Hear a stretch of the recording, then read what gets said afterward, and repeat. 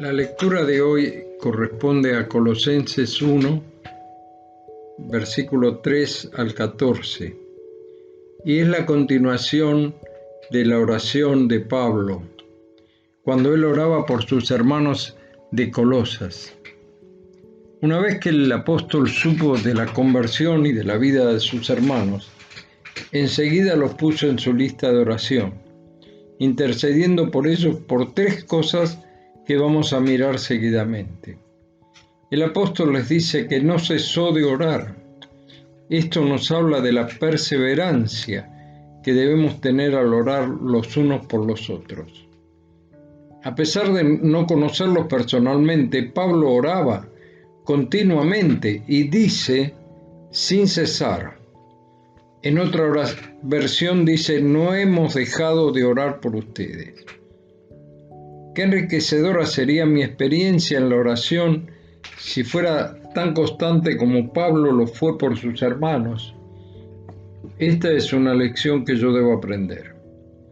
En realidad, cumplir con el mandato de amar a nuestros hermanos y además estar pendientes de sus vidas espirituales.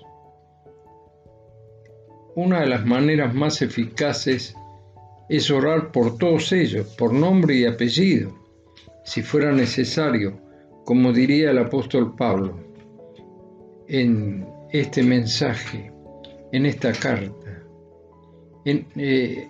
Os ruego, hermanos, dice, escribiendo a los romanos, por nuestro Señor Jesucristo y por el amor del Espíritu, que me ayudéis orando por mí a Dios. Romanos 15:30. Entre el apóstol y sus hermanos había un ida y vuelta en la oración. La oración de Pablo por sus hermanos subía al trono de Dios y de allí bajaba a sus hermanos. Y viceversa, la de ellos subía al trono de Dios y bendecía la vida de Pablo. Tengamos en cuenta por qué orar. En primer lugar, Pablo oraba que seáis llenos del conocimiento de su voluntad. Si bien es cierto que debemos distinguir entre la voluntad general de Dios para con toda la humanidad y su creación, la voluntad particular para nuestras vidas. O sea, ¿qué partecita del plan general de Dios para con su creación debo cumplir yo? Porque para esto he sido llamado. La Iglesia tiene un propósito aquí en la tierra. Hemos sido salvados para cumplir la voluntad de Dios, en particular dentro de un plan muy general, pero que sin nuestra acción no se cumpliría en su totalidad. Recordemos, somos piedras vivas en el edificio de Dios, que es un templo santo, que Él solamente puede ver en su totalidad. Nosotros conoceremos solo una parte muy pequeña del conjunto, y en el cielo recién veremos, junto con una multitud que nadie podrá contar, el resultado de la obra del Cordero de Dios, en formar su iglesia, de todo linaje, de toda lengua, de toda nación, como dice en Apocalipsis capítulo 5, verso 9. Hemos dicho alguna vez, citando a John Stott y otros autores, la iglesia es el único organismo formado por un conjunto de seres humanos, multilingüal, multirracial y multicultural.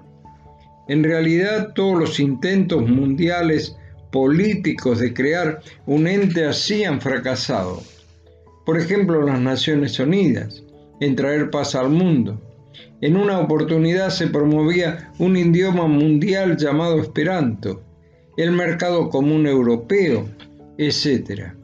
En el tiempo final será el reinado del anticristo, que lo intentará, pero también va a fracasar. Recordemos, el Padre Nuestro dice: hágase tu voluntad, así en el cielo como en la tierra. Mateo 6:10. Un autor, West, en su comentario de esta carta dice: es por el completo conocimiento de Dios que nosotros tendríamos en toda sabiduría e inteligencia espiritual. Estas dos palabras se definirían. Sabiduría involucra todo el rango de nuestras facultades mentales, intelectual e inteligencia. Significa la facultad para poder distinguir entre lo falso y lo verdadero, y poder tomar la verdad, sabiendo distinguir las relaciones que las cosas tienen entre sí. La adición de la palabra espirituales significa la acción del Espíritu Santo en toda obra de conocimiento y discernimiento espiritual. De modo que lo que el apóstol está pidiendo en estas cláusulas es un desarrollo espiritual de acuerdo con la voluntad general de Dios para con su iglesia, pero a la vez con la voluntad particular en la vida de cada uno de nosotros. De esta manera el cuerpo de Cristo se desarrollará armónicamente y creceremos en la buena voluntad de Dios. Recordemos el consejo apostólico: no os conforméis a este siglo, sino transformaos por medio de la renovación de vuestro entendimiento, para que comprobéis cuál sea la buena voluntad de Dios, agradable y perfecta. Romanos 12:2.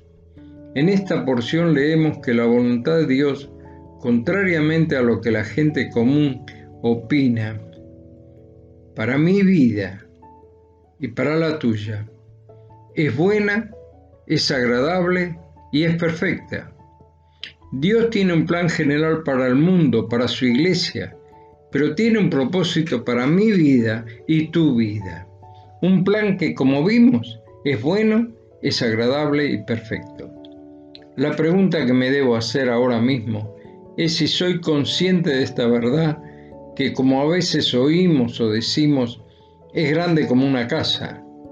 Bueno, debo rendirme ante Dios, entregar mi vida y buscar de conocer que si soy un hijo de Dios por la sangre de Jesucristo derramada por mí, cuando Él muere en la cruz, debo amoldar mi vida a su buena voluntad, que es agradable y perfecta, exclusivamente personal para mí, y cumplirla.